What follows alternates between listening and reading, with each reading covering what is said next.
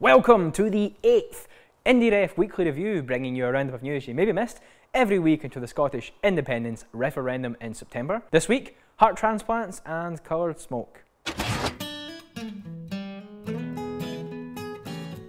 But first, even more reports being released indicate that Westminster are up to their old tricks when it comes to reporting on the oil situation. I've spoken before on how Dennis Healy came forward and admitted that the Callaghan administration had intentionally underplayed the value of oil in Scotland prior to the 1979 referendum on devolution. We were told that it wouldn't last as long as it has, and we've been told the same again, despite massive amounts of investment in the oil and gas industry in Scotland. In a further reveal, it seems that now even the Investors Chronicle, a publication that's been running for over 150 years and is part of the Financial Times group, has come forward and said that we think that Westminster have been deliberately downplaying the value of the UK continental shelf ahead of September's referendum on Scottish independence. See, this is the thing. I'm not voting yes because of the Tories. To do that is no different than voting no because you don't like Alex Salmond and the SNP, which would be very silly. I try to put what's happening into the context of the 300-year relationship that Scotland has shared with Westminster. It isn't just using Scotland as a testing ground for the smoking ban or the poll tax before rolling it out across the UK. It's about the constant misinformation that is promoted about Scotland and to Scotland, and the constant beating down of what it is to be Scottish. We have been a net contributor to the UK for over 33 years, and yet if you watch TV you see the myth that Scotland is subsidised repeating over and over. Currently, we send millions of pounds north of the border to subsidise life in Scotland. If they vote yes, which I very much hope they do, that they finally get off my payroll. I do not wish to subsidise the Scots. As you say, we give them our money. Our English taxpayers' money goes north of the border. Johann Lamont reminds us that we're not genetically programmed in Scotland to make political decisions. We're constantly being told that we are not good enough when we are.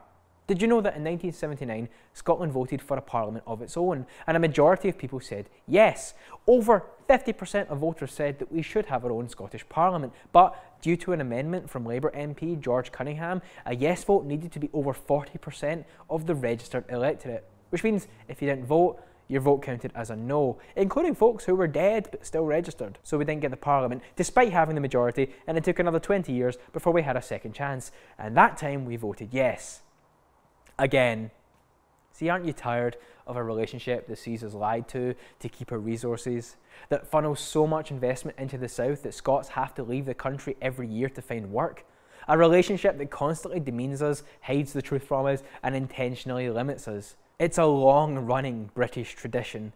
In 1835, Lord Macaulay stated to the British Parliament that if they wanted to conquer India, a wealthy and cultured nation, they should replace her old and ancient education system, her culture. For if the Indians think that all that is foreign and English is good and greater than their own, they will lose their self-esteem, their native culture, and they will become what we want them, a truly dominated nation. See, I'm tired of being told that we are poor when we are rich, that we cannot make our own decisions when we can, that we need the Union when we don't.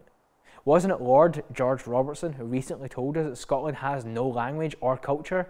The Act of Union was in 1707. In 1746, Highland dress and tartan was outlawed.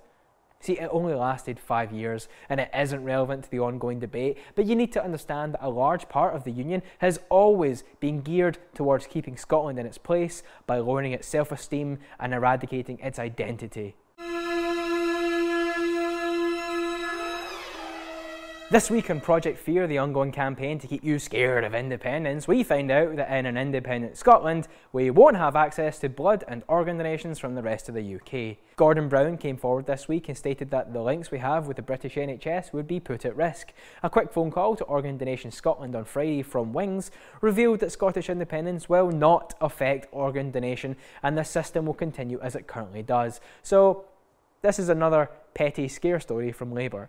At the moment, Scots contribute more proportionately in terms of organ donations anyway. And the best part is that when doing some research on this, I found that Better Together put out the same story in March of last year. And it was shot down then too. But isn't the story kind of familiar? Here's Stephen from the first Indie Ref Weekly Review to answer that. Yeah, this may sound familiar as it's pretty much the exact same problem as when Vote No Borders said that an independent Scotland would not have access to treatment for children with cancer at Great Ormond Street Hospital. The hospital then came forward and said that that was complete nonsense and they already had reciprocal agreements with many countries outside of the UK. Thanks, Stephen from the past. No problem.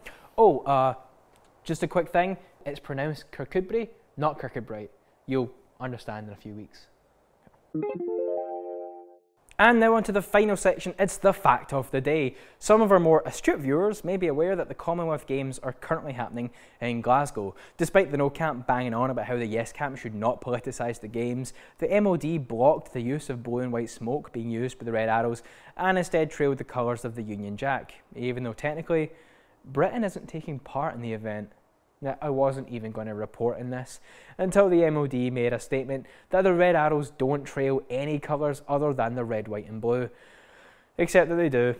Here they are getting England's flag for the World Cup. Here they are specifically doing the colours of the Saltire. According to the BBC, they did the same in celebration of the opening of the Scottish Parliament. Oh, and here they are again celebrating Vladimir Putin's birthday in 2012. Now on top of this, flags with the Union Jack on one side and the Scottish flag on the other have been spotted being handed out at different venues by unknown volunteers. But you know what? Here's a different fact of the day than usual. So far, we've won a lot of medals. Our Scottish athletes are doing awesome. We've broken our record for gold at the Commonwealth Games. In the eyes of the world, we're doing pretty damn well and we're hosting some really great games. In fact, we're currently first for the number of gold medals won per capita. Will that stick with us as we get closer to September? I don't know. But the cost of the Games was raised in Scotland, not the UK like the cost of the Olympics were.